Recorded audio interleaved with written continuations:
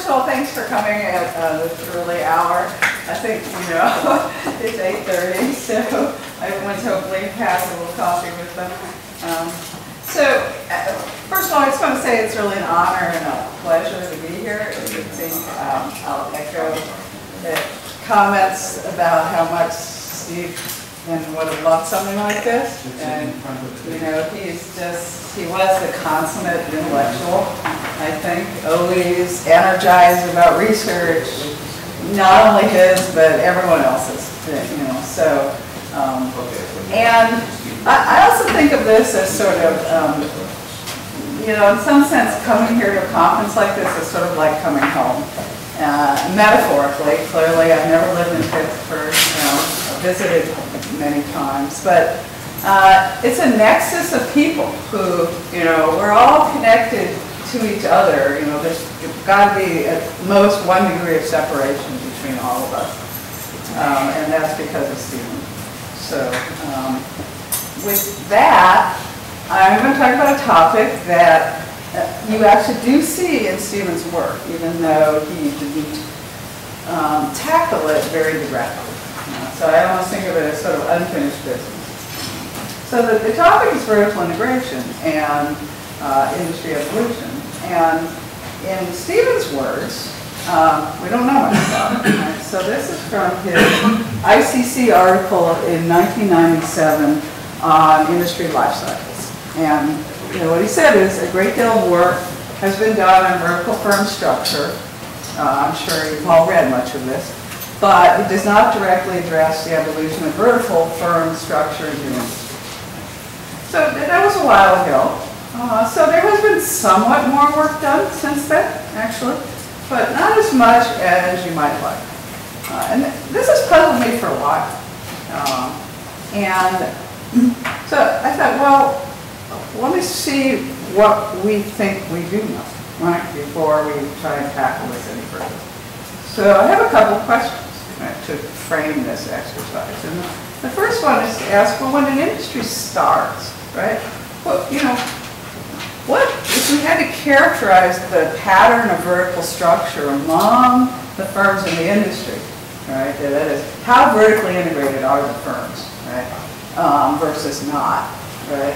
You know, what does that look like, and how, and also why does this evolve over time as the industry evolves?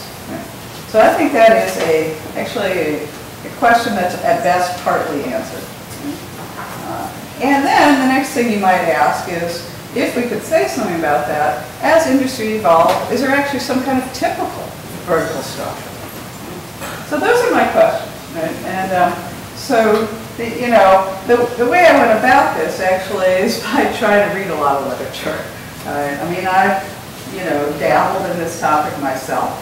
And as I started reading everything I could lay my hands on that was actually that was specifically about industry evolution, or where there was a fair amount that you could infer about it, that was my approach. I'm not entirely done. It's a little more than I thought it would be.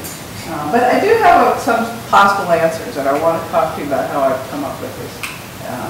So my first answer is that I think that if you want to understand the vertical structure of an industry as it evolves, I think it actually depends on a set of what I would call contextual factors, a set of factors that are in the context of what's going on. I'm going to tell you what I think these are.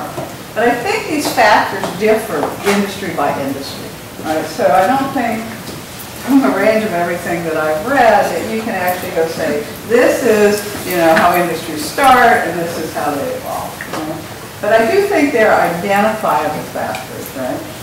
And therefore, and I think based on what these factors are, we will observe different identifiable patterns of evolution in industries in the vertical structure. And as an aside, for those of you who worked on vertical integration, I thought going into this that, well, the typical pattern is that industries start out vertically integrated and disintegrate over time. That might be a central tendency, but there's a lot of qualifications, right? So I want to talk to you about some of them, because it doesn't necessarily. Okay, so I like like this approach for two reasons. One of which it allows you to account for the specific features of an industry as it evolves over time. And I think this is very much in the spirit of Stephen Klepper's work. I mean, that's what he was all about. Trying to understand what these patterns were and then what we could generalize from it. They're very detailed level, right? And the other thing I like about this is it's very systematic.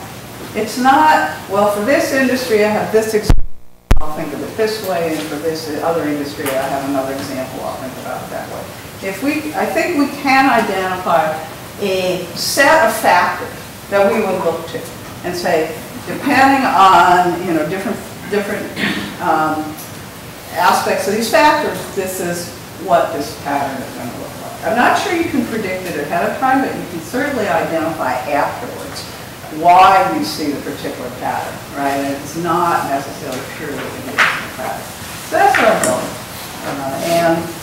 This is work in progress. So, how am I going to identify these contextual factors? Well, actually, it's sort of apple to fact. I was reading all this, and I went, oh gosh, I'm seeing these things recur again and again, in different theoretical pieces and different empirical pieces, and I think there are a set of factors here. So it's a very diverse literature, right? It's not like you can just go and say, okay, here's all of 3 people's bodies of work, and I just have to consult that, and I'm done, right? So it's kind of hunting and pecking in some sense. But there are these factors that I think are going on, and I'm not sure it's a complete list. I think there's one item that's missing that I want to talk about. But the problem is that when you read this literature, I have it down here, that each piece will focus on one or a couple aspects of what might be going on. So what I'm trying to do is actually put some of this together, right, and supplement it with empirical explanations that people have looked at histories of these industries, but not necessarily playing completely off of some kind of theory. So I'm triangulating. So I'm going to do 2 things. First, I want to tell you about a number of patterns in industry evolution that the literature seems to point to. Like I said, this is incomplete. And then I'm going to tell you what kind of contextual factors seem to underlie them. So, okay, good. So in terms of theoretical literature, I started with Stigler, 1951. If you haven't read this, it's the fundamental starting point for how we might think about the evolution of vertical structure. The other 2 big buckets of explanations have to do with transactions costs and firm capabilities. I went through and identified potential patterns, went through the contextual factors, went through the empirical evolution. Okay, so what are these things? Actually, before I do that, point toward this machine. That's a good idea. Okay, so let me just say a word about Stigler, right? For those of you who haven't read this lately or at all, so what he argued was that industries start out small, so they're integrated because there's not enough scale in each of the stages of production to support, independent firms, and the vertically integrated firms can support this. So they start out integrated. That's the short, non-technical version. There's a lot of, and then over time, scale and market size increases, so you can take advantage of economies of scale, and firms swell into specialized firms at each stage of production. So there's a lot of research suggesting this is insufficient explanation, right, for various reasons, which I won't go through. I do want to point out that actually Stigler has in there, if you read it really carefully, he's actually talking about things that we now call transactions costs, right, for example. So it's very cool. But most of what people, his main argument is what's in the top bullet point. Okay, so, there we go. So what do these patterns look like? So the first pattern that Stigler predicted, he said, well, he reasoned largely from theory, which was, it'll start out integrated, right, for the reasons I just told you. Then it'll disintegrate as the market expands. And then he said, as the industry matures and starts to decline, market size is going to, decline, and therefore firms will have to reintegrate. So that's prediction number 1. A closely related prediction is actually just chops off the last stage. Right? It says we will start integrated, and it will be followed by disintegration. What am I doing for time? 7 minutes. Oh, okay. So the one argument that's different than Stigler's for why you might see integration of the start of this industry, and I think it's probably the most common argument in the literature today, is that industries start off implicitly, people are assuming it's a systemic innovation where you need coordination between stages of production to bring the innovation to fruition. And there are very high transactions costs when you have systemic innovations. So, and you also need coordination, which is easier to implement internally. So you end up with firms starting out integrated. That would be, I think, the reigning explanation. And then, over time, the reigning explanation would be that products standardize. It's a lot easier to use market transactions. The product's been developed, the manufacturing process has been developed. You don't need so much coordination inside, and industries disintegrate. That would be probably the reigning explanation. And then another variant on this, right? So these are all variations on the theme on this slide. Is industries start out, first they start out non-integrated or specialized, with firms separate in different stages of production, because initially you can use inputs from other industries. So one example you see, which I'm going to talk about in a minute, is the auto industry, where they just cash stuff from other industries, from carriage, companies and the bicycle companies. Right? But that once the product starts becoming more developed, this isn't going to work. You actually need specialized inputs tailored to the new product, and that's a systemic innovation. So then the industry gets integrated. So item 3, path 3 is just a variant. You start out non-integrated. Within, the early years of the industry becomes integrated, and then we see this. So these are some just variations on things. So now there's another set of patterns. Okay. All right. So, the first set of what I call deviations from this is you don't actually see the disintegration. Right? And there are a number of industries that fit this pattern, even if you track them out years and years. And that's partly because the products don't necessarily standardize, or if they do, the transactions costs don't actually go away. For example, you've got coal. You've got to get coal and then process it. So it doesn't matter if it's a standardized commodity product.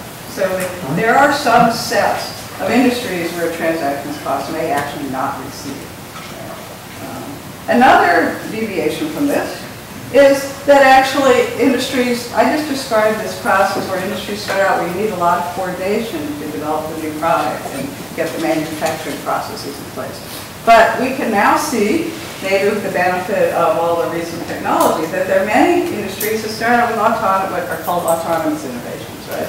That they're modular, you can plug and play. Right? So when you have that, you're not going to start out integrated, and you're not necessarily going to disintegrate. You might disintegrate a little bit because some of the modular pieces become even more modular. But you don't, so you really have to think about the type of innovation if you want to track what these paths are. And then finally, the last path that I can find in the literature so far is that there are actually examples where integrated and specialized firms coexist. Not, later in the industry life cycle in particular. So these are, you do see a number of paths like this, and there are some theoretical explanations. So from my point of view, I find this very interesting because I've spent way too much of my life studying oil. And the oil industry, I still haven't figured this out, maybe I'll get eventually, has this pattern where you see so many different organization forms in terms of growth and structure, right? And they've persisted for years, even, and they come and go. So these are what I see so far. And the underlying structural, contextual factors that I think might explain some of these, there's a whole set of them. So the first one would be whether there's a systemic or an autonomous innovation at the start of the industry, one thing I talked about. The next would be whether there are actually inputs available from other industries you can use. That's true in some industries, not in others. Another is a whole range of factors having to do with transactions cost at each stage of the industry. Going back to how many companies are, bargaining with each other at each stage of production, which actually affects marketing costs. You've got information asymmetries that are different. in different industries. Asset specificity is different, partly because of the nature of the product or the service. The degree of uncertainty, which can cut both ways in terms of transactions costs, may vary. And actually, in this literature, there's a discussion of supply risk. Right?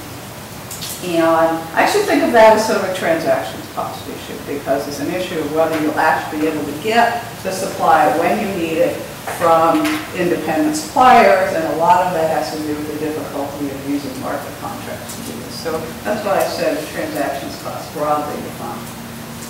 Okay, more things. Firm capabilities. There's a whole range of capabilities here of either an integrated or specialized firm that might affect whether or not they're integrated. Both these coordination capabilities that I talked about, capabilities within stages of production, and there are arguments, theoretical arguments that, and also just the managerial capabilities. What kind of capabilities do firms have to actually manage these stages of production jointly? Another set of factors have to do with whether the product actually standardizes, whether there's modularity as the industry evolves or not. And there are some arguments about differentiated versus undifferentiated products that I won't go into. From my point of view, that's sort of the fuzziest one, but I'm trying to work it out. So I'm going to give you a flavor of these factors. I clearly can't get through them.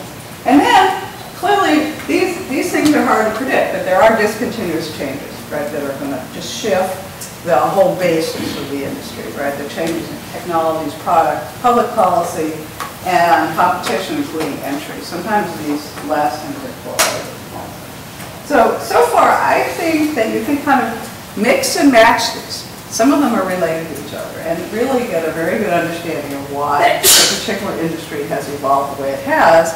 And if you know some of these factors, and you're partway through the industry, not the discontinuous changes, but the other things, I think you could actually predict some of what will happen. Okay, so let me give you an example. Right? There are several studies of the auto industry taken from different points of view. Right? And it's quite interesting reading them, because some of them say the same thing. Some of them it's like they're on a different planet, but it's the same industry. So I'm trying to here. So I want to be very specific. This is about auto assembly. Right? So when you think about vertical integration, you can define the industry. So I don't want to define the industry as the entire stage of production, because there are different products along the vertical chain. So let me take auto assembly, manufacturing as the industry. And it started out disintegrated. The reason was because you can get inputs from other industries at the outset, like I mentioned. You can get things from the carriage manufacturers, wheel, bicycle manufacturers. Then the industry within the first 20 to 30 years integrated into component supply very heavily. And the reasons are partly transactions costs were very high because they had to start developing their own components, married to this really new sort of transportation, and that was quite difficult to do through market contracts. Also, I didn't put in here, but there weren't good suppliers around to do this in the first place. Nobody knew how to make this stuff, so they had to figure it out for themselves. And if you're going to do that, there's a lot of benefits of internal coordination and developing capabilities to do this. Basically this is systemic innovation, both in the products and in the mass production processes. And the other thing that they did is a lot of big auto companies, they acquired suppliers in order to get managerial capabilities fast, so that they could figure out how to do all this coordination and development. So you see a role for capabilities. As the products standardized, they became less integrated. They sold off a lot of their, or got rid of and farmed out a lot of their component supply. What they sold off were the more standardized components. They kept in-house the things that really required the components that needed more coordination, particularly the engine, the chassis. There's one other thing, they're the big core of the product. And also, they had very high bargaining power, because at that point, there weren't that many big auto industries left. So you can use the bargaining power. This gives you the advantage in using market. And we see, so what you see is these more and less. The other thing you saw is there are both more integrated and less integrated assemblers coexisting. So there are some reasons for this that I don't want to go through because David's giving me a 1 minute time. That was 3 minutes ago.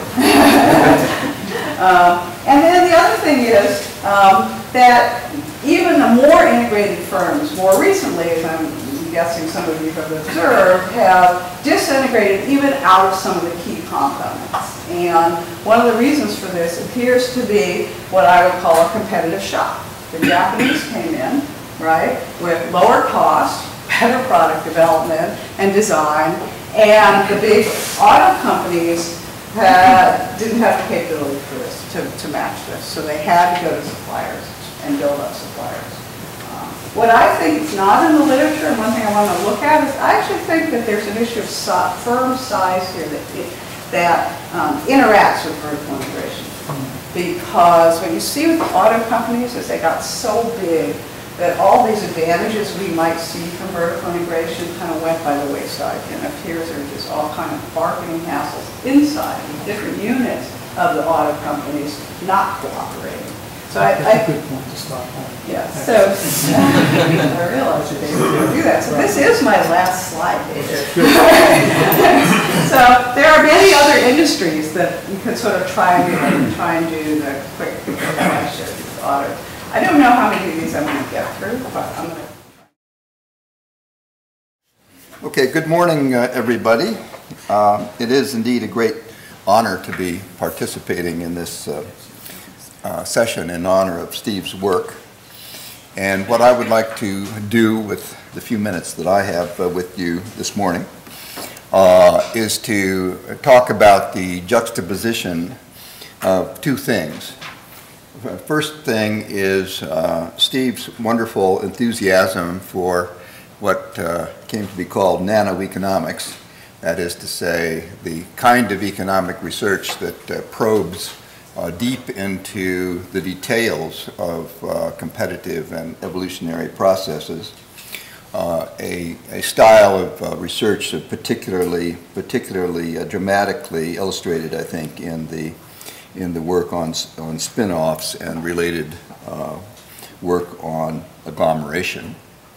And that style of research and that enthusiasm for getting into the details, I think, is a great example of valid, promising path forward, even as we have to continue on that path without Steve's continuing leadership.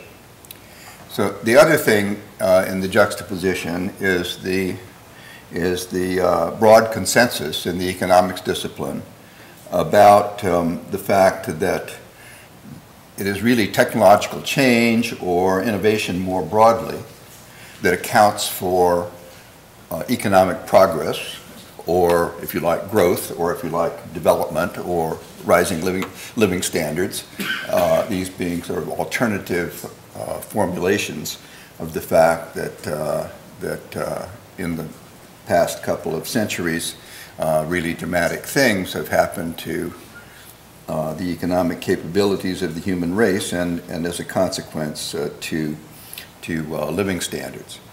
And so in the economics discipline, a common citation for this point about the technological change and its crucial role is to cite it in the form of the Solow residual from the 1957 paper, Technical Change and the Aggregate Production Function.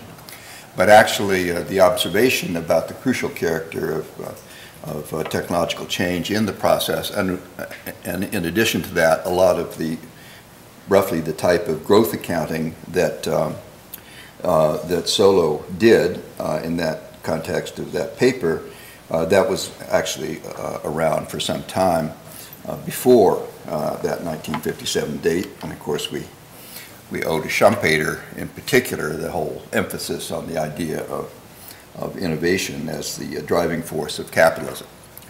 So we got these two poles. We've got nanoeconomics as illustrated by Steve's research, and we've got aggregate production functions and technical change therein. And I think you will agree there's a lot of space between those two poles. And of course, there is a lot of work in that space. I'm not saying that this is empty space by any means. But on the other hand, my premise, my idea that I want to present to you this morning, my premise is that actually we don't have a very coherent idea about how to put the nanoeconomics part of the story, the industry evolution part of the story, together and create something that corresponds to the large picture that has been studied in other styles and in which technological change plays such a role. So that is what I'm up to, and let me then articulate the keystone metaphor a little bit here, which is the idea of thinking of the processes of industry evolution as the indispensable point at which the forces come together and actually creatively shape the changing economy.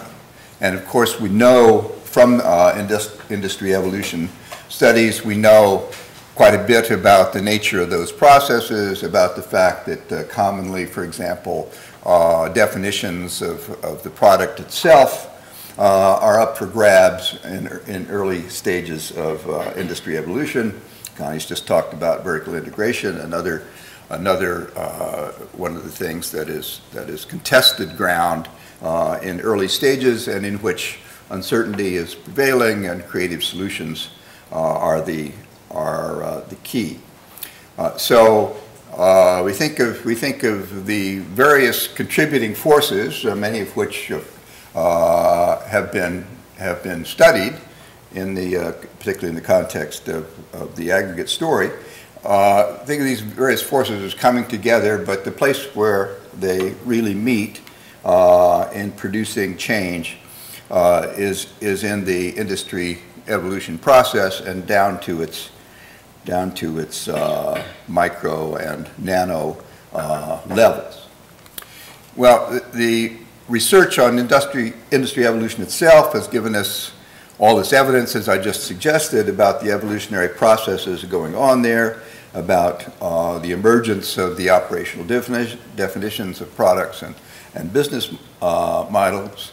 And in addition, in this particularly impressive branch of Steve's work, the evidence particularly on where the firms come from in these new industries and why they locate where they do.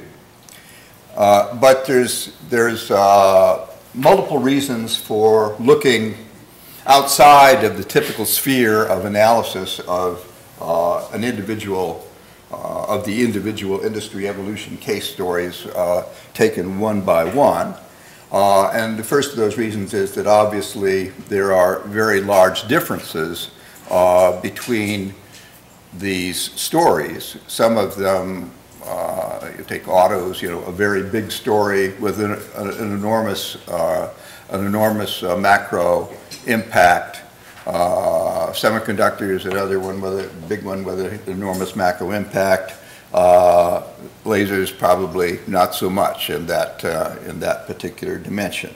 And the sources of the differences among stories are, of course, external to they are the contextual differences, using the context word that Connie just was using, the contextual differences among these situations that account for these consequences. But from my point of view, the more central point is that it's only if we can figure out something more substantial in the way of an account of how these more detailed processes fit together that we can put together a really persuasive account of economic development as an evolutionary process, thus realizing Schumpeter's ambition of old and ambition of some others in the interval between Schumpeter and today.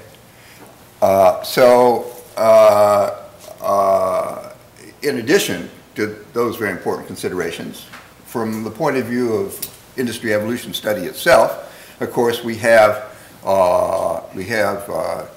important impacts of contextual factors on the way the story develops in a particular case. And I particularly have noted for some time the importance of these factors in determining whether we get a rather rapid and vigorous start off at the beginning of the industry, or whether this novelty sort of creeps into the system in a more sedate fashion over a period of time. Thinking about that situation, we see the individual example. Thinking of the individual example, we see it as the junction of these forces, these technological trend forces of various kinds on one side, and the evolution of preferences on the other, and also the accompanying changes in all kinds of specifics, including the technological artifacts. And you get that kind of picture at a point of time, and then for reasons we partly understand, we see the scene shift, the movie continues, different industries come to the fore, we see the destruction side as well as the creation side of the innovation process. So thinking about things in that general style, one arrives at it's very easy, I discovered. I intimidated myself by making a list of these contextual factors, maybe perhaps again kind of following Connie's style. Let's make a list of contextual factors that maybe require more attention and play the kind of role just described. Well, the list gets long pretty fast, let me tell you. So this is a big subject out there. It's got a lot of different aspects to it, and in most of these cases, you could start a new angle on the industry evolution studies by taking up one of these factors. Let me just mention one, because it comes up in connection with Connie's case. So part of the discussion about early stage vertical integration has to do with finance. Part of it is one of the issues that you'll hear people talk about is the question of how big a piece of the value chain a new firm can take on given its capital constraints, right? So there's a connection there to contextual issues about the finance of new firms, which is probably quite important part of the story in at least some industry evolution cases. So out of this long list, I'm going to pick two for possible discussion, depending on how long. Three? It's going to be a very fast discussion. Okay, so I want to call attention to the question of pre-existing functional substitutes, which is to say, when a new industry comes in to being, quite a common, though not universal, situation is that there is something out there already meeting that class of wants in a general way, though not necessarily in a specific way, and the process of the growth of the new is a gradual crowding in on the old, niche by niche. Okay, so because the functional substitutes idea is, airline travel is a substitute for passenger rail travel, but they're actually quite different in many of their details, and there are demand factors specific to each which determine the kind of contest that you have. So Another aspect of that is there is in effect a pool of expenditure from the buyer side waiting to be tapped by the new solution, right? Because it's already committed in the budgets of buyers to the old solution. So, and one can go on with that sort. So quite a number of these aspects of the functional substitution story, which seems like they really are probably quite powerful shapers of the course of evolution. And since my time is so limited, let me give you this terrific chart that Bob Gordon shared with me from a book that he's doing. This is the example of the alternative travel modes: automobiles, passenger rail, and airlines. Note that logarithmic vertical scale. That hit to railroad passenger miles may not look so severe on that scale, but it goes from 450 or something per capita per year to 32 per capita per year, which is an enormous hit occurring over a rather short period of time. So that's a particularly dramatic example, I think, of the phenomenon, and you couldn't. So the invitation is, you want to look at airline passenger travel as an industry evolution case. You ought to have a look at those railroads and what's happening to them. That's the creative destruction part of the story. And then the other major category, which I'm not going to have time to develop significantly, is the fact, I've got this term for it, it's the diamonds to pins story. Adam Smith, famous on the one hand for the value paradox: diamonds are valuable, but not all that useful. Water is not valuable, but extremely useful. How do you explain that? The pins wrinkle is the famous pin factory. Efficiency, of course, makes pins cheaper and cheaper.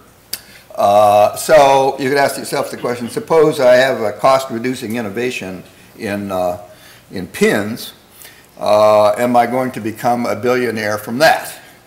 And the answer is very unlikely so, because most likely that demand is extremely inelastic in the region that you're already in, and therefore prospects for getting enough revenue to support, well, first of all, to make you a billionaire is dim, but also the prospect for revenue to support continuing progress is dubious.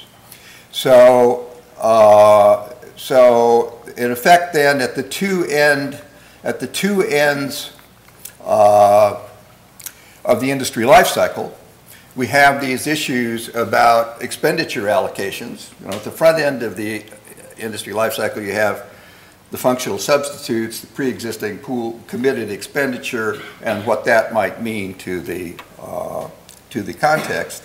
And then at the back end, in some cases, you have, thanks to dramatic cost-reducing innovation, questions about the sustainability of progress in the face of continuing cost-reducing innovation or equivalently cost-reducing quality improvement.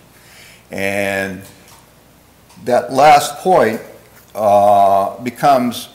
looks very relevant to a view of the future from today, because of the incredibly dramatic declines in the cost of computation over the past half century plus, a factor of 10,000 conservatively.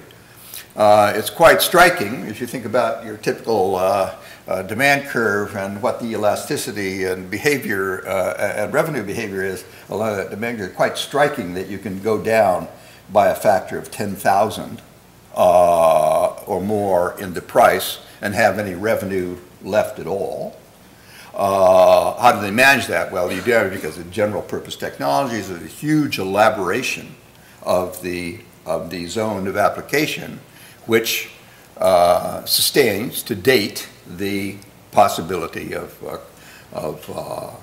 still having a very substantial industry, and therefore still being able to sustain costly progress into the future. Well, this is really quite an interesting feature of the current situation. But just let me close up here and say, so you look for places where new industry evolution stories might be springing up, or might be now underway, but still in intermediate stages, and you get lists like this one here of areas where there's still a lot of unsatisfied wants, and where perhaps the computation power, in particular, that has come out of semiconductors and computers will be a force for further progress in the future. I'm out of time, so I will have to leave it at that. Thank you for your attention.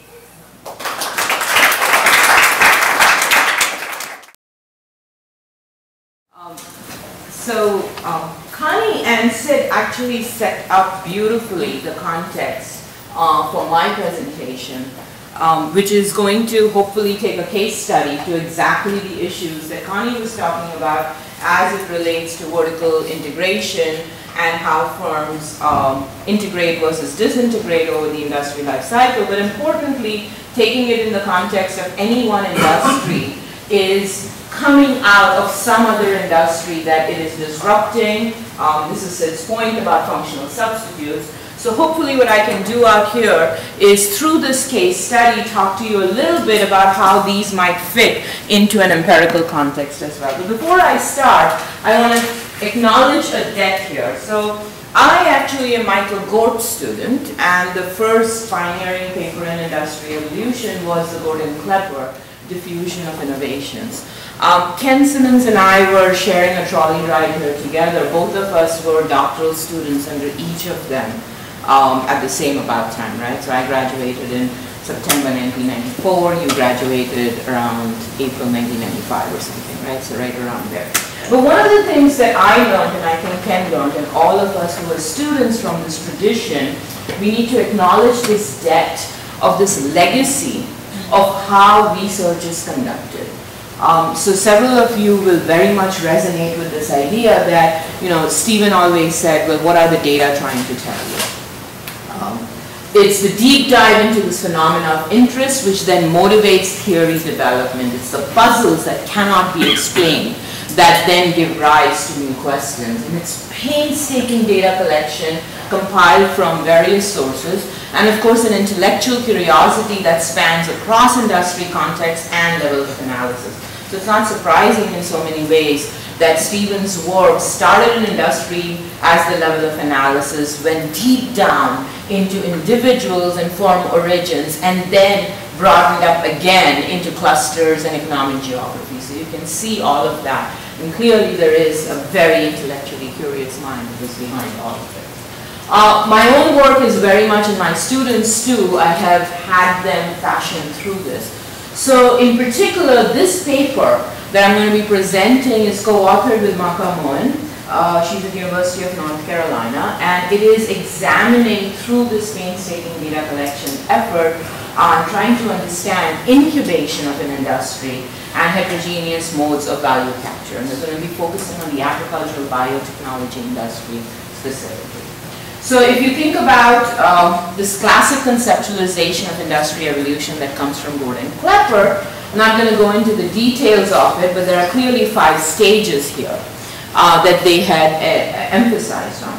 My personal focus has been on the takeoff in firms and sales. So this is a figure from Agarwal and Bias, where we talked about the fact, so that in Agarwal and Gort, for instance, was my first time, and I realized that firm takeoff had shrunk in chronological time due to diffusion of knowledge through employee mobility. And then,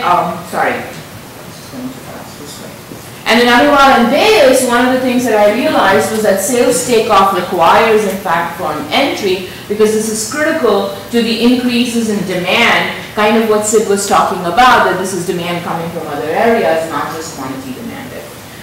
But almost almost no work has related firm dynamics into the incubation stage. Now, we define the incubation stage here as the period between introduction of the technology and the first instance of commercialization.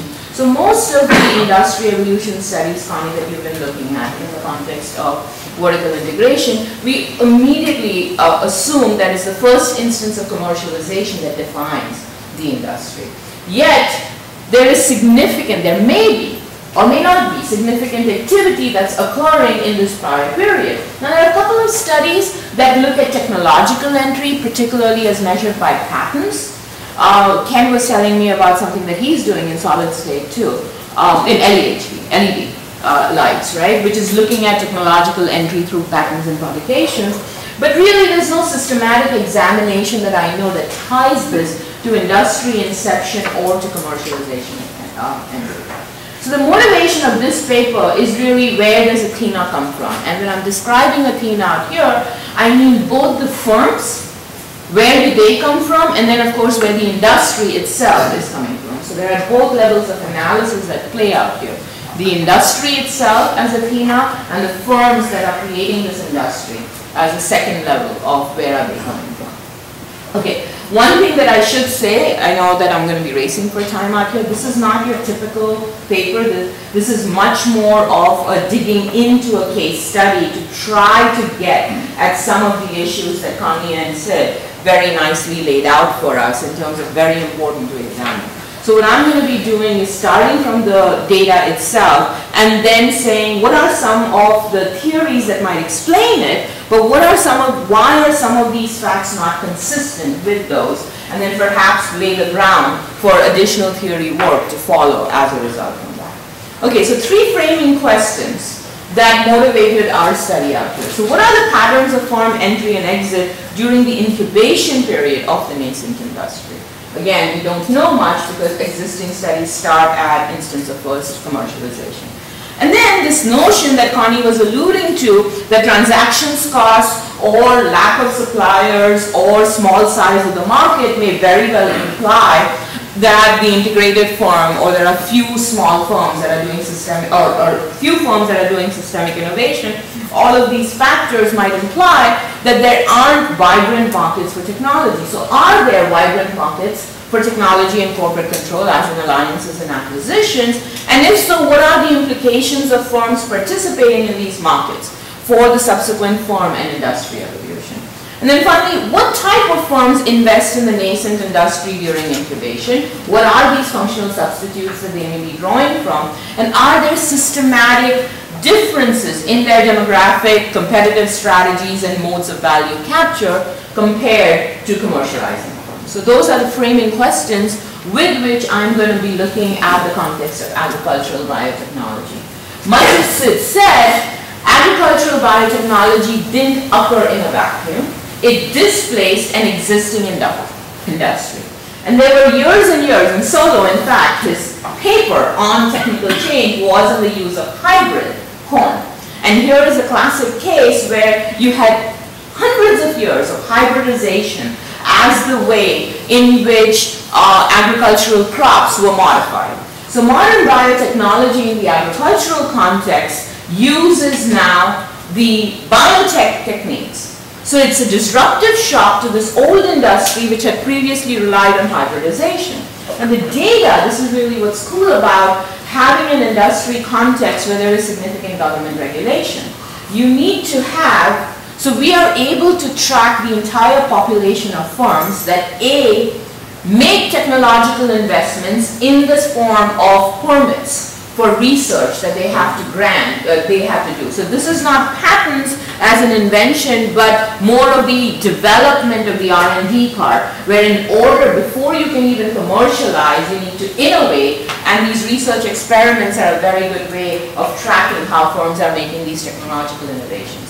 And then, of course, product commercialization also needs to be reported with the USDA, because that's your formal license in order to go out and actually produce the product. The firm level data is gathered again from various sources. You can see the Klepper technique coming in about multiple different sources of data that need to be triangulated. And in particular, we're going to be focusing on 3 types of firms. Startups, these are largely university signed. So again, origins of the firms need not just be the existing firms, but they can also come from academia as knowledge fountainheads. Agriculture incumbents, these were the seed firms that had done hybridization of knowledge, and that was still very relevant as a stock of capability, because if you're in Illinois, for instance, where I lived for 9 years, you know that every field has a different type of corn or soybean being used, and that has been customized to that particular area, as opposed to 100 miles area difference where the climate conditions could be very different. And then, of course, diversifying firms, which in this context happen to be chemical and pharmaceutical firms that are looking to increase their profitability because they are declining in their area. So again, this connects very nicely with what Sid was talking about. So if you think about, again, I'm going to give you some stylized facts and data out here, and then we're going to talk about what does this mean for our theory development. So as you can see, if you look at the commercializing firms in the ag biotechnology, one would say this looks very similar to the typical Gordon-Klepper graph of, sharp takeoff, and then followed by a shakeout, and then a mature type of a period. But now if I juxtapose this to the number of investing firms, you notice that those numbers go way down out here. So if you compare the number of firms that invested in this industry relative to the ones that commercialize, it is higher by a magnitude of 7. So there's a lot of activity that's going on out here that we simply have not captured, both as you can see prior to 1995, which is the first instance of commercialization, but even afterwards out here. And there are several things about this graph that I want to unpack in terms of what does this mean. So first off, stylized, so this incubation period, as you can see, there's significant activity that's going on out here. So very active and vibrant incubation period of technological activity is preceding this initial product commercialization at least. And the trend of firms engaged follows very much or tracks your very typical growth, shakeout, and then kind of a stability in there as well. Okay, so what does this mean for theoretical implications? If you look at the literature, the initial monopoly period is either due to a random shock, because but the innovator has to enter through commercialization is the assumption that all of these papers make. But if you look at the stylized facts, pattern is not consistent with only one or few firms commercializing the technology. So theoretical implication is that the initial monopoly period is an endogenous outcome, because you do see very, very few firms commercialize at the end of the day. You see that monopoly period, but that is after some kind of a shakeout that has already occurred in the initial period. And these are undertaken by heterogeneous firms. If you look at the literature, they'll say significant technological and demand uncertainty impedes the initial rate of entry. No, because the incubation period already has a very high level of technological and high demand uncertainty. In fact, one could argue that that's the highest, as the industry has not even been materialized as such, and yet there's significant technological entry. So many firms do engage in technological investments, contrary to the portrayal of a lone innovator that has to initially develop and commercialize its products. Right? Stylized fact 3, a shakeout in the firms making technological investments occurs. Wow. Okay, I'm going to do the same thing as Sid and Connie did and just stretch that 4 minutes a little bit longer. Right? We'll have no questions. It's just fast, right? Time flies. Even as the industry takes off and grows in terms of technology and markets, you see that there is a shakeout that's occurring, right? Again, emergence of a dominant design, exogenous superior technology, systemic shift from entrants to incumbents, leveraging of production functions and scale. These are the dominant theoretical explanations. None of these are consistent with what we're seeing about the shakeout in technological investments. Clearly, there is a reliance of emerging integrated firms on active markets for corporate control to source technology from outside firm boundaries. In fact, you see that there's a significant amount of alliances and acquisitions that are occurring even during this pre-commercialization period, which is contrary to this notion that markets for technology just don't exist during this period. Right? So stylized fact 4, incubation period is characterized by these very active markets. And if in fact you look at the commercializing firms, the buy side, they end up relying on two very distinct markets. The market for the old technology, which is the stock from seed companies, and you'll notice out here that it's the incumbents that are on the sell side out here.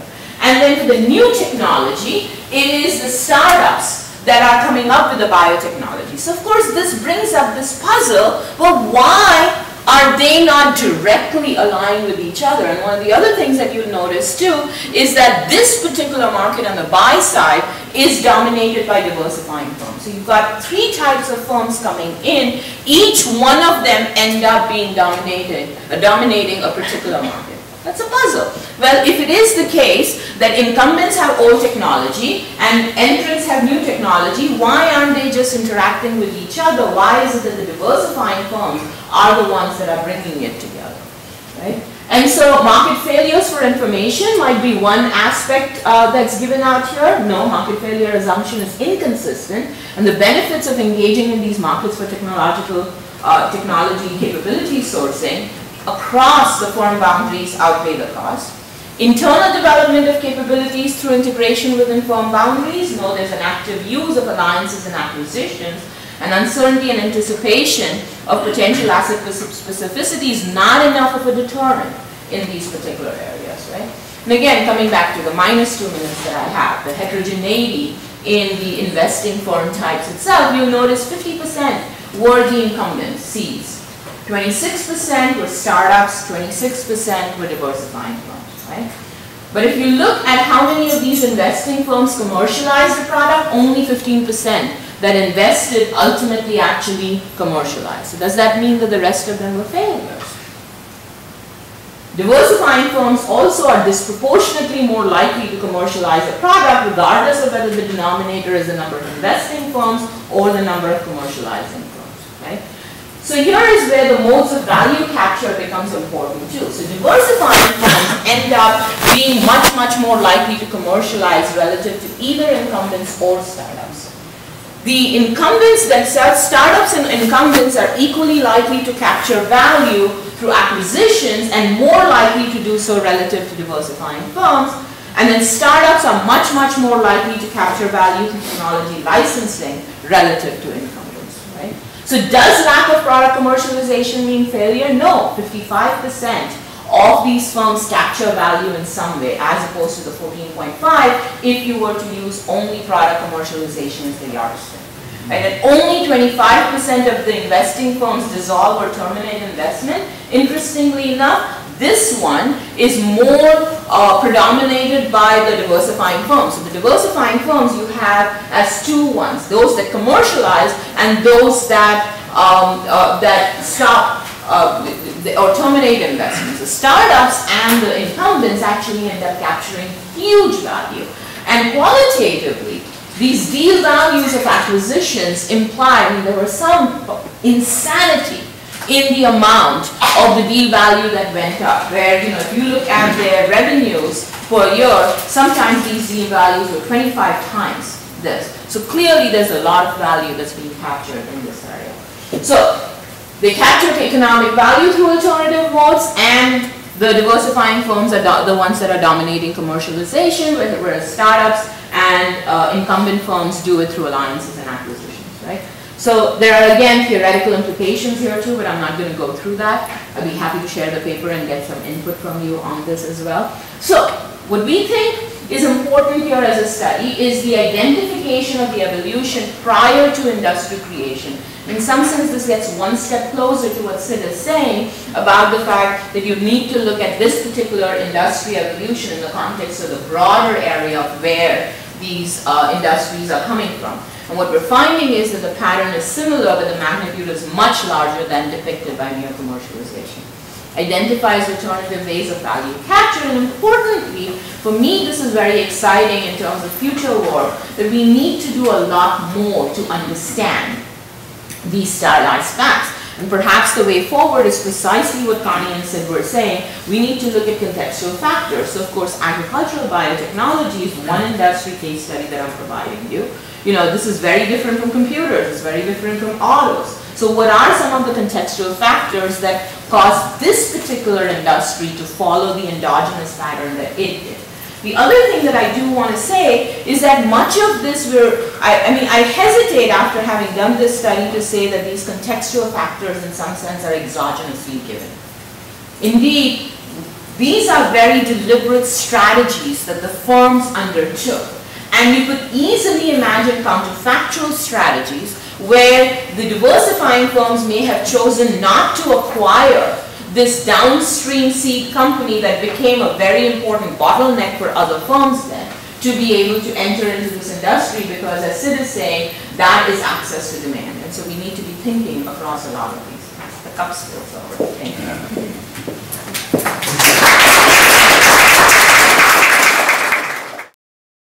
Very much for having me. That was a very,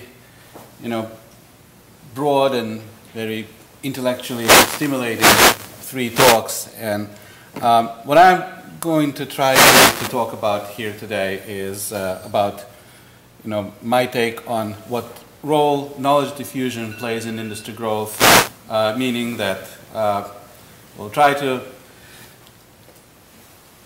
understand this thing that was identified by Nathan Rosenberg as early as in 1972, and probably economists sort of knew that even before that, that the rate at which new techniques are adopted and incorporated in the productive process is one of the central questions of economic growth. And what the neoclassical growth theory, this macro aggregate production function that Sid talked about, it takes a certain stance about this, that all firms are at least ex ante identical. Often we just operate with the notion of representative firm.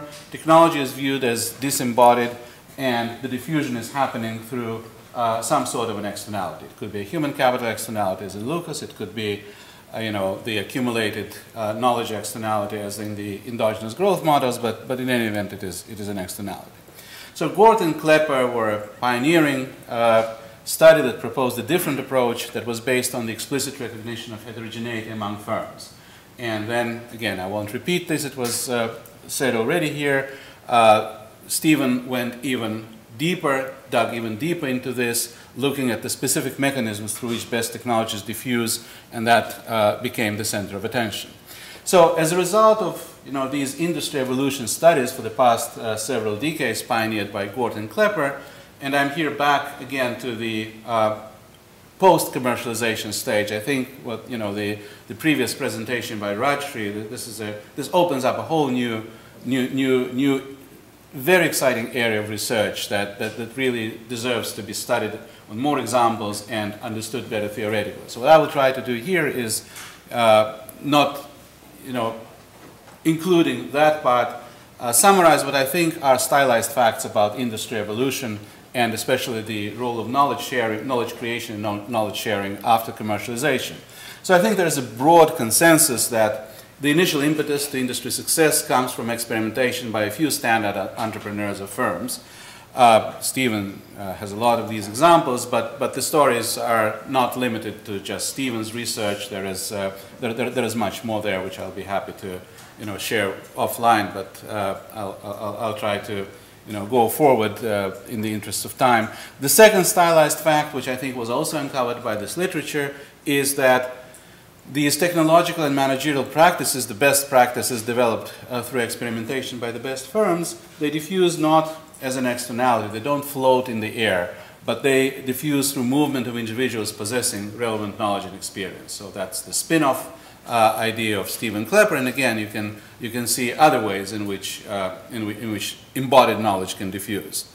And the third stylized factor, which I think is also extremely important, that most cases of this spectacular growth come through knowledge diffusion tend to happen in strongly competitive environments. This is something that I would want to tie back then into the first two factors. So what are the questions that are, in my mind, calling for further research here is what is it that makes possible successful diffusion of knowledge from the best firms to the rest of the industry? So Stephen and Klepper Thompson in particular, and the spin-off of Klepper Thompson, which is Thompson and Chen, they basically look at failure by established firms to recognize opportunities. That's the theory of spin-offs through disagreements. But there are a lot of contexts where we can point to things happening almost by deliberate decision by industry-leading firms not to keep the results of their experimentation proprietary at all.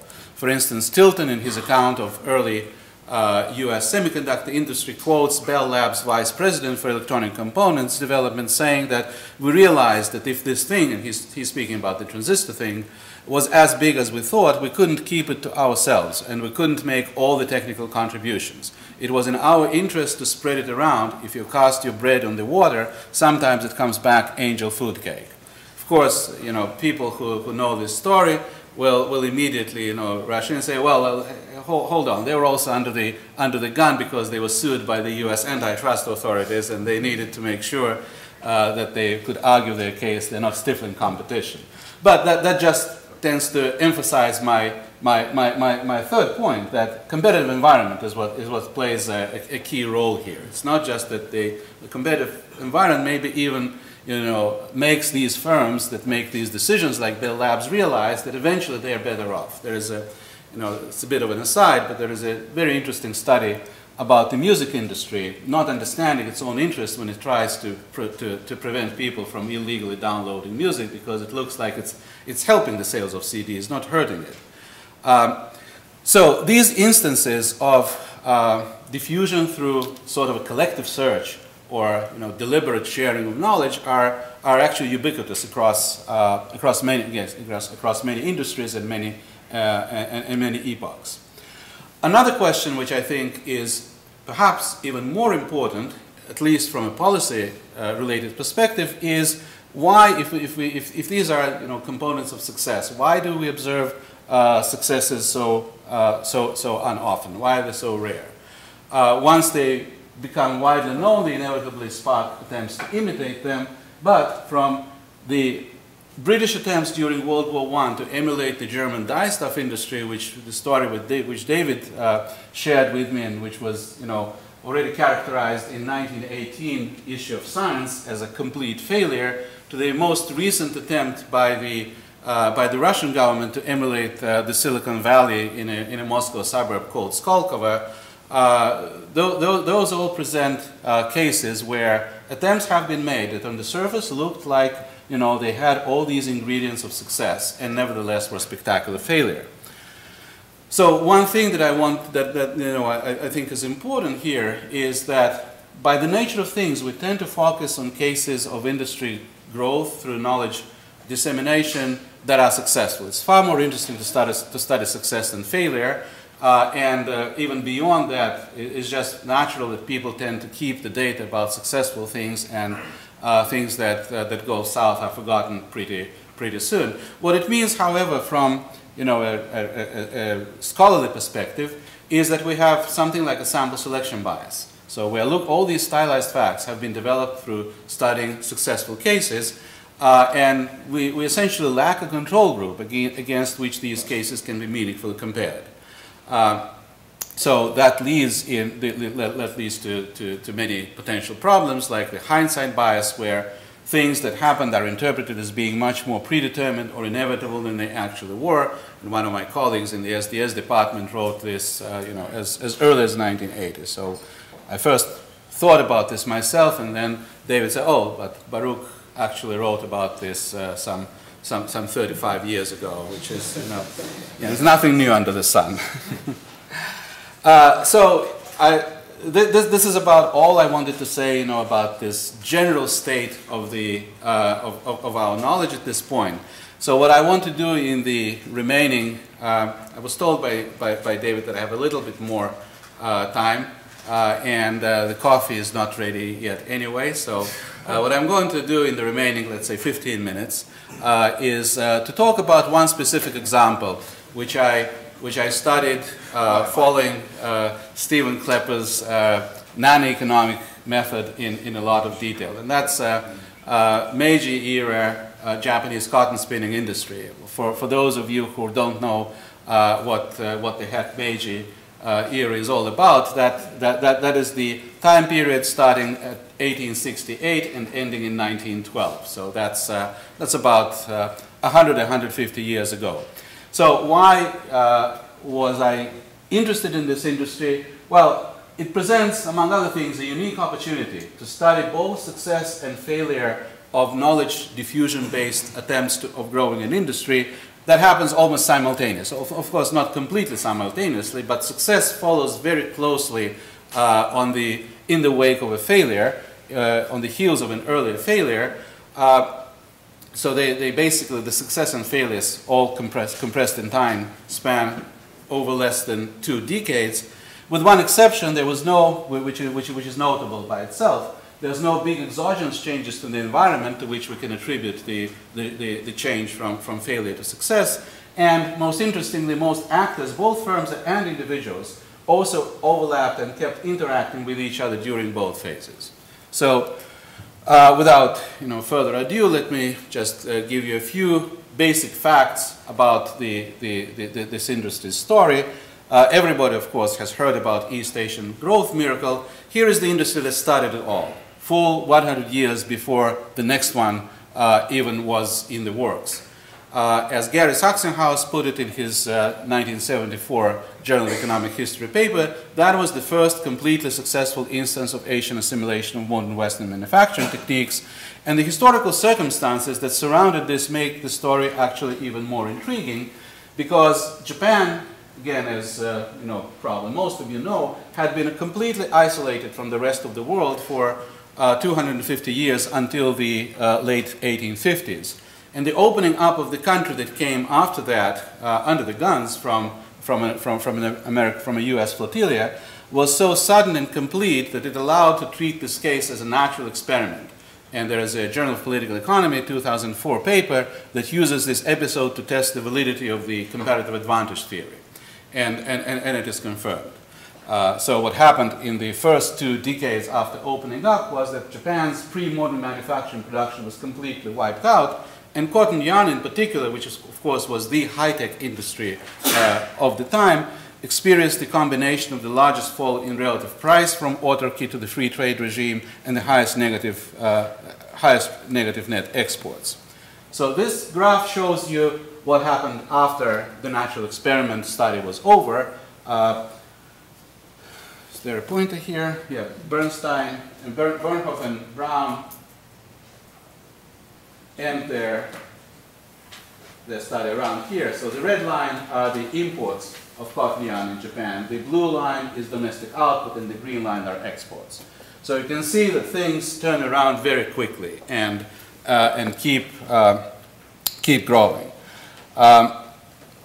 The case makes, is important from the viewpoint of studying how industries progressed through knowledge sharing, because it's a common point made in the literature that the success was an institutional arrangement, industry association, thanks to which best practices diffused really easily.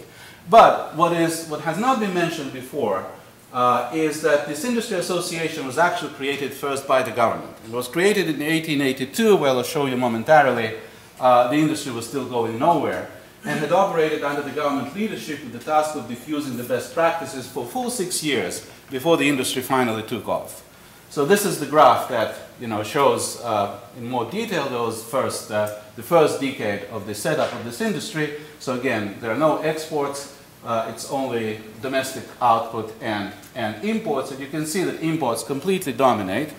This is one exogenous change that I mentioned before, when in 1886 the government, frustrated with the failure with efforts, decided to pull the plug on the industry.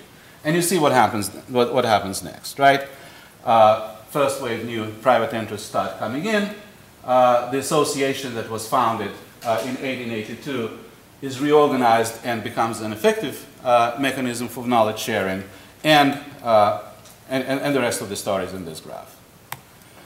So there are several conventional wisdoms that have been proposed in this literature, that the government's effort, which was promoting the industry through this association, and as well as by creating model plants and subsidizing about a dozen more, helped the industry to overcome the initial difficulties of industrialization. That was before Sachsenhaus wrote about this.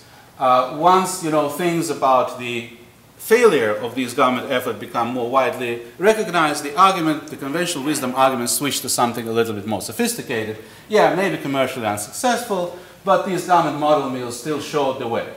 That's Landis 1965, but you know, it's also Daniel Roderick 2014. The same kind of argument is still being advanced today. So the question here, if we think about the role of knowledge diffusion in this process of spectacular industry growth, is which type of knowledge really diffused, and that's what my nano-economic digging deeply into the data research of this industry is trying to uncover. So this part of the paper is still partly work in progress, but I want to share with you some of the preliminary results. So the questions that I want to ask is, did model mills really show the way? Did they train many skilled artisans and managers, as Roderick says? Because by itself, commercial failure, of course, does not preclude that those effects actually existed. Still, the answer, as I hope I will convince you, is a resounding no. Knowledge sharing through a government-run association was itself a complete failure, just like the British knowledge sharing attempt through its British dyestuff company in the 1910s. And all the right knowledge was generated and shared in a totally different way. So that's what I want to tell, I want to focus on in the remainder of my time. So the way government disseminated its knowledge is by appointing one signal technical guru by the name of Masatatsu Ishikawa, and he and his co-workers and apprentices basically were in charge of technologies in all of those model government mills and government-sponsored mills. Ishikawa had no formal training. His only claim to be a technical guru actually turned out to be his experience working for the oldest Japanese mill. Educated engineers were a very scarce resource, but interestingly enough, they were not completely unavailable. There were already at least 2 or 3 people with highly trained engineers in the late 1880s, but they were not used in those mills. They were sitting basically at desks in government offices. So instead, the government-run model mill was built by Ishikawa, and he hustled across Japan, helping build and operate other government-promoted mills. So after looking at the background of all the mills that were established and operated during those early years in this industry, I came up with a very simple test of how did those efforts by Ishikawa and by the government-run association contribute to productivity of the firms. So there were total 20 firms set up with government assistance, and even though Ishikawa was a very energetic man, obviously he could not cover them all. So conveniently, it's about half and half. 11 firms were supervised by him, and 9 firms had to find their own ways. So these are the first 4 years of the existence of this industry before the government pulled the plug. So this has nothing to do yet with the new knowledge generated by private firms. So what this shows you is that even within this bunch of government-sponsored firms that eventually went nowhere, still the influence of knowledge diffusion through government played a negative role in both labor productivity and capital productivity. Here is, I fast forward 10 years. Most of these firms still survived at that point. They were already privatized. So let's see what the longer-term effects were. And the longer-term effects are pretty similar, where they caught up in labor productivity, but their capital productivity is still far below. That's 10 years after, after the industry has completely changed. And at this point, I also have firms' financial data, so I can look at their profitability, and the profitability, as you can see, is still far below. So this doesn't look, minus 5% lower profit rate doesn't look like much, but given that the average profit rate of all firms were about 8%, you can see that this is actually a huge thing. Okay. And there is also one more thing. In 1886, Ishikawa supervised and non-supervised firms were about the same size. 10 years later, those firms that did not have the benefit, quote unquote, of government knowledge shared with them are 77% larger.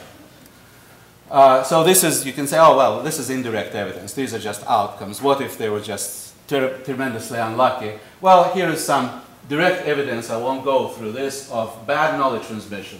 It's not just the outcomes were bad. The technologies that Ishikawa gave these firms were promoted, pushed for these firms, were really, really bad.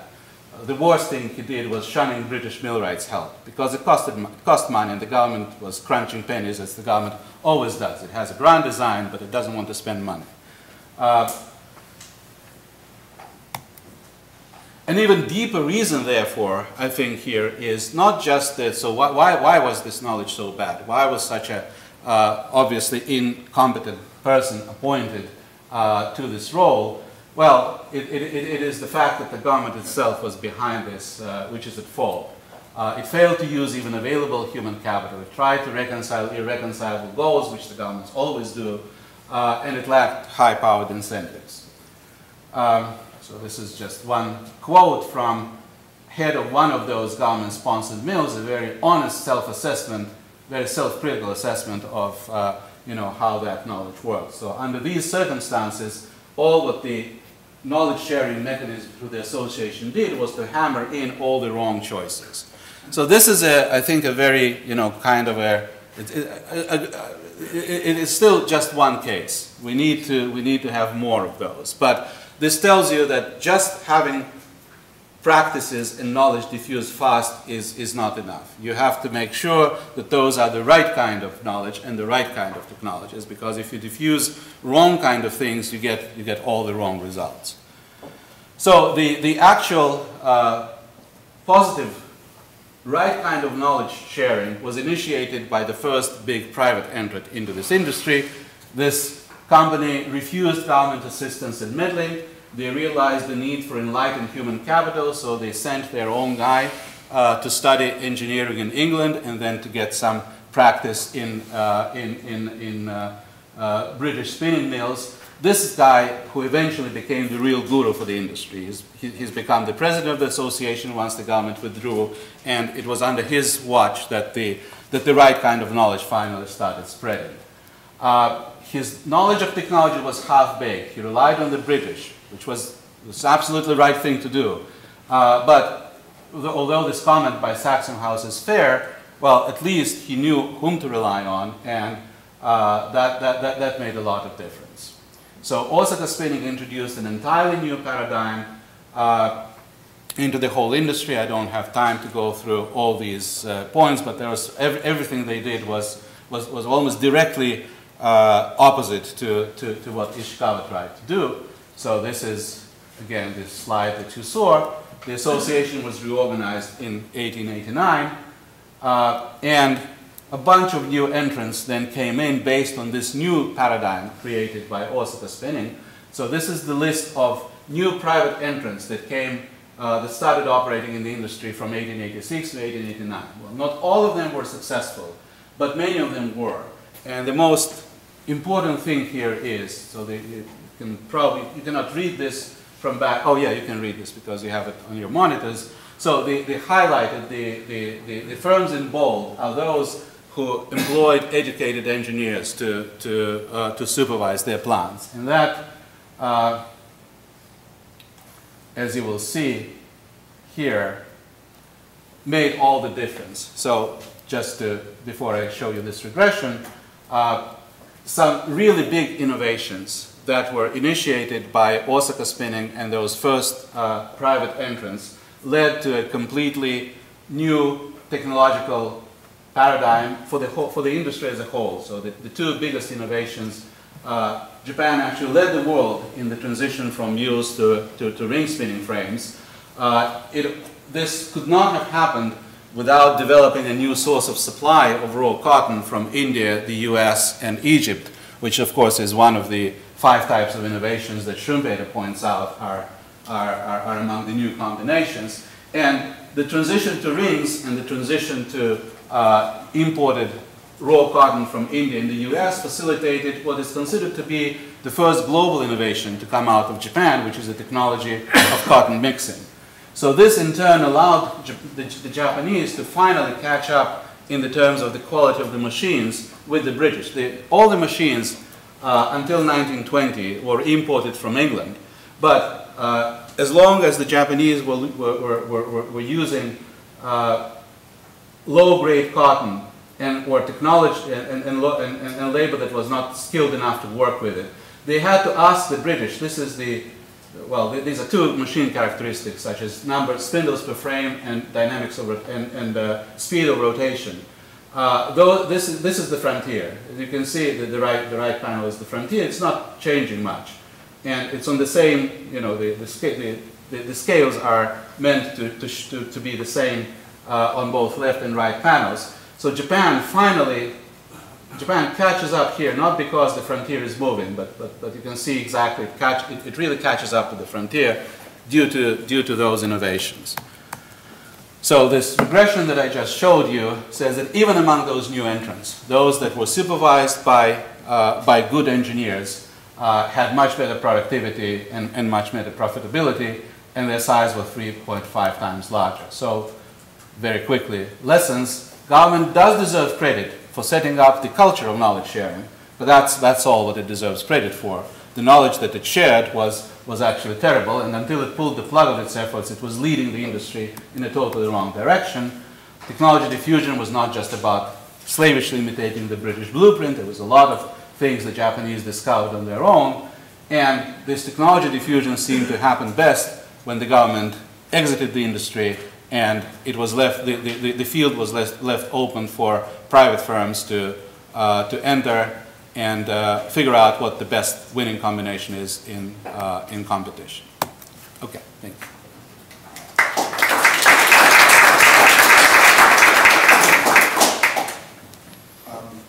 David has an announcement. Let's go ahead with discussion. Okay, against all odds, we have 5 minutes for... we can go a little bit into the coffee hour, 5 minutes into the coffee hour, but that would be it.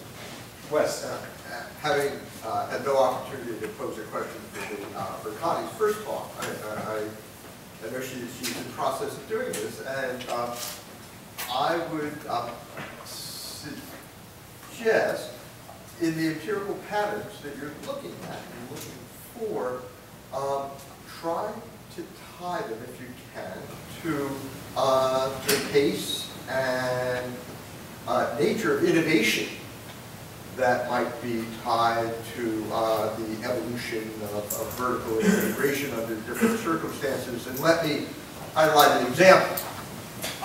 When the as the auto industry, even before they started spinning off more of their suppliers, they relied very heavily on outside suppliers around.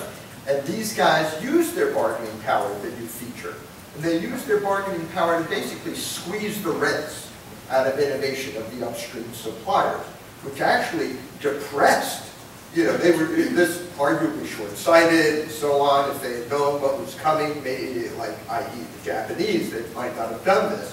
Where it was a very different structure in Japan, and they didn't. The OEMs, the big manufacturers, didn't do this.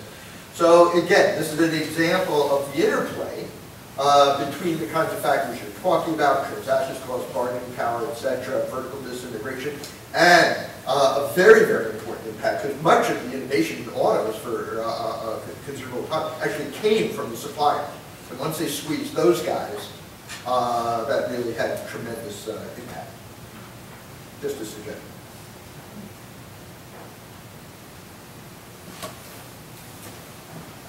Sally. So I've currently had the opportunity for the last 2 years to be more of a practitioner, working with the Department of Defense on industrial policy. What I've been doing is really trying to look at risks in the industrial base from the downturn and now with the sequestration.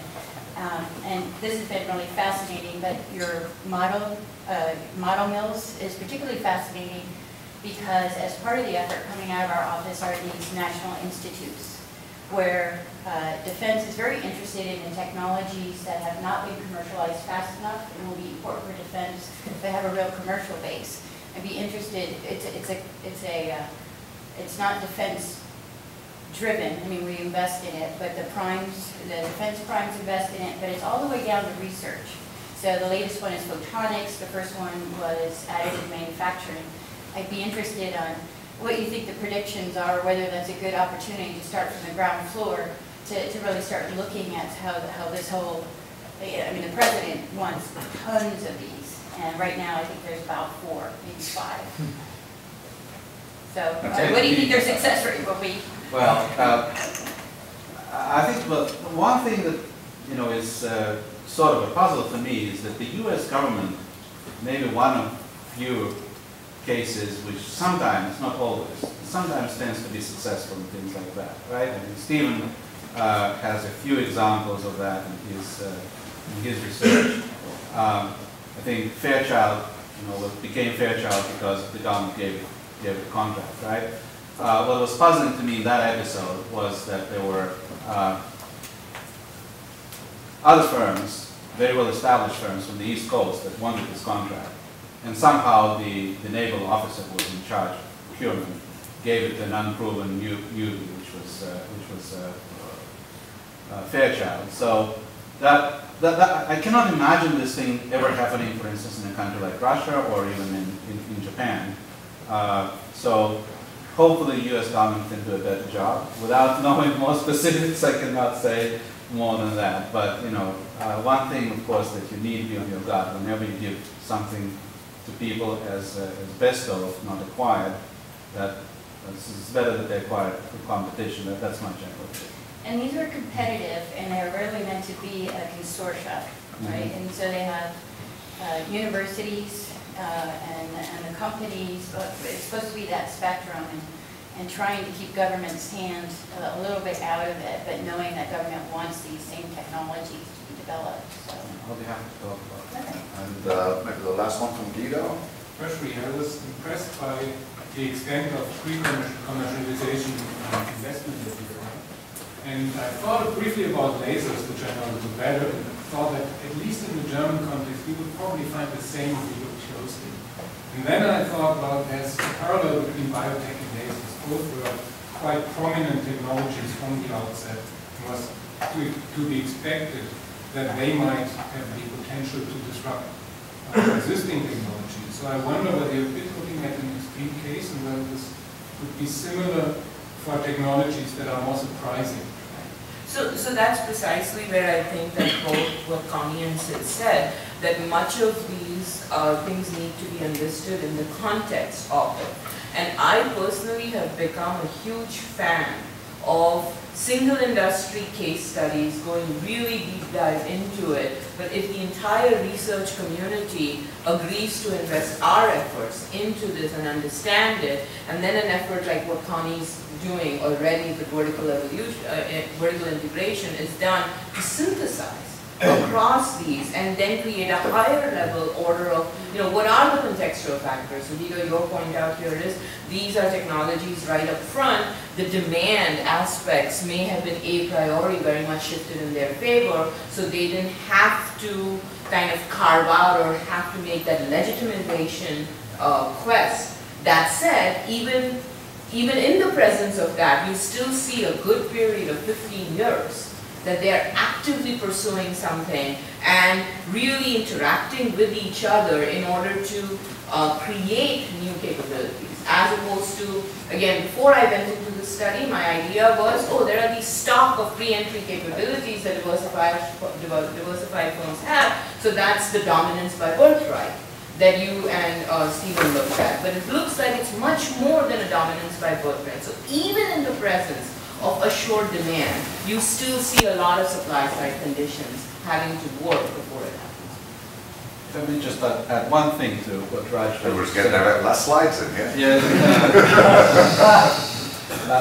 What I find, really important about what you showed us, these conventional wisdoms about markets not functioning and all sorts of failure, all sorts of transaction costs. So we need to be really careful when we theorize, about what should be without actually knowing what's going on.